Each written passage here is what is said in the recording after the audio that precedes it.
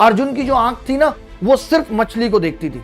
और ये सही बात है, आज जो लोग अपने गोल पे फोकस नहीं कर पा रहे, जिन्हें अपने गोल के अलावा सब कुछ दिखता है, जो मोबाइल का इस्तेमाल इस चीज में कम कि हमारी लाइफ में हमें आगे बढ़ना है, इस चीज में ज्यादा कि हमारा टाइम किस किस तरीके से वेस्ट हो सकता है, उसमें कर रहे हैं, उनका सफल होना बहुत मुश्किल है। और आप सब जानते हैं कि सफल होने वाले लोगों की तादाद बहुत कम है। यानी आपको अपने अंदर कुछ ऐसी अच्छी आदतें डेवलप करनी पड़ेंगी, कुछ ऐसा अच्छा लेकर आना पड़ेगा जो औरों से अलग बनाता है आपको। क्योंकि हर एक इंसान जो सफल होता है वो औरों से अलग होता है। क्या हाईएस्ट कॉमन मिस्टेक्स हैं जो हम सब अपनी लाइफ में करते हैं? क्योंकि अगर हम मिस्टेक से सीखना चाहेंगे तो अभी जमाना बहुत तेजी से आगे बढ़ रहा है, डिजिटल जमाना आ गया है। आप अपनी मिस्टेक से बार बार नहीं सीख सकते, आपको दूसरे की मिस्टेक से भी सीखना पड़ेगा। क्योंकि अभी एक जीवन पर्याप्त नहीं बचा, बहुत छोटा जीवन है 60 से 70 साल का, वो पर्याप्त नहीं है सभी कि हम सब अनुभव करके देखें। हमें दूसरों के अनुभवों से भी सीखना पड़ेगा, दूसरों की गलतियों से भी सीखना पड़ेगा। आज जो बच्चे 2-3 साल से तैयारी कर रहे हैं लेकिन सफल नहीं हो पा रहे, आज बहुत सारे लोग 2-3 साल से किसी बिजनेस में कोशिश कर रहे हैं, तो उन सबको और जगह से भी सीखना पड़ेगा। पहले किताबें हुआ करती थी, आज यूट्यूब चैनल है, यूट्यूब पे बहुत सारा ज्ञान है,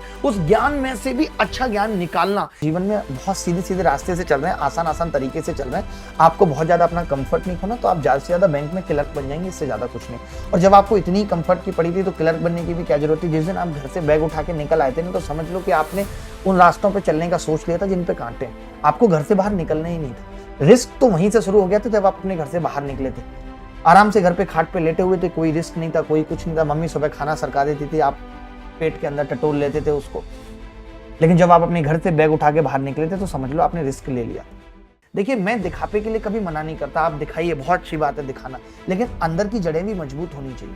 भगवान राम ने भी कहा था 3 तरीके के लोग होते हैं, एक जो दिखाते हैं सिर्फ, अंदर कुछ भी नहीं है, एक अंदर बहुत कुछ है, दिखाते नहीं है, तीसरे वो जो दिखाते भी और अंदर भी बहुत कुछ है। तो तीसरे टाइप के आदमी बनिए कि आपको दिखाने का भी शौक है तो भी चलेगा।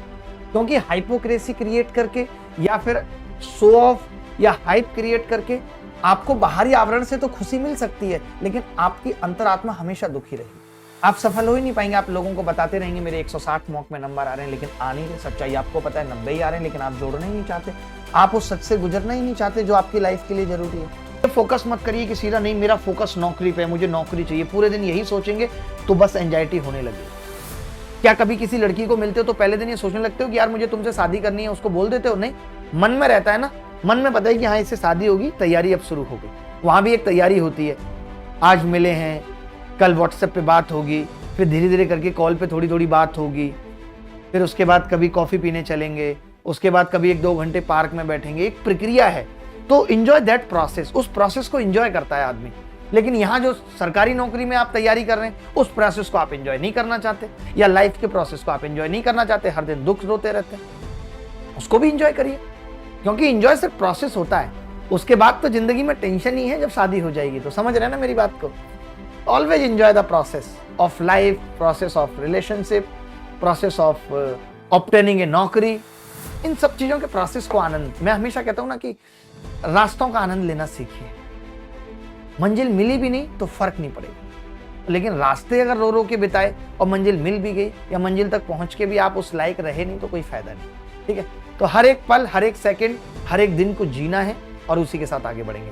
ये ध्यान रखना जीवन में। आप जीवन के किसी भी मोड़ पे लोगों से पूछेंगे कि मुझे आगरा पहुंचना है, तो लोग बता देंगे आगे चल के राइट वे लेना। हो सकता है फिर आपको पता पूछना पड़ेगा दोबारा फिर किसी से कि अब कहाँ जाना है, तो लोग थोड़ी थोड़ी दूर आपको रास्ता दिखाएंगे। लोगों से रास्ता पूछना है, सीखना है कि काम कैसे करना है, लेकिन करना खुद ही पड़ेगा, मंजिल तक खुद ही पहुंचना पड़ेगा। बहुत सारे ऑब्स्टेकल्स रास्ते में आएंगे, बहुत सारी बाधाएं आएंगी, उन सबको पार होके पहुंचना है।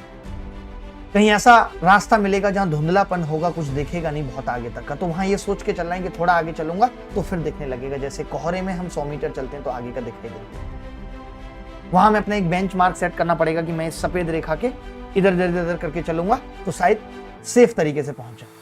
ये चीजें सीखनी पड़ेंगी लाइफ में।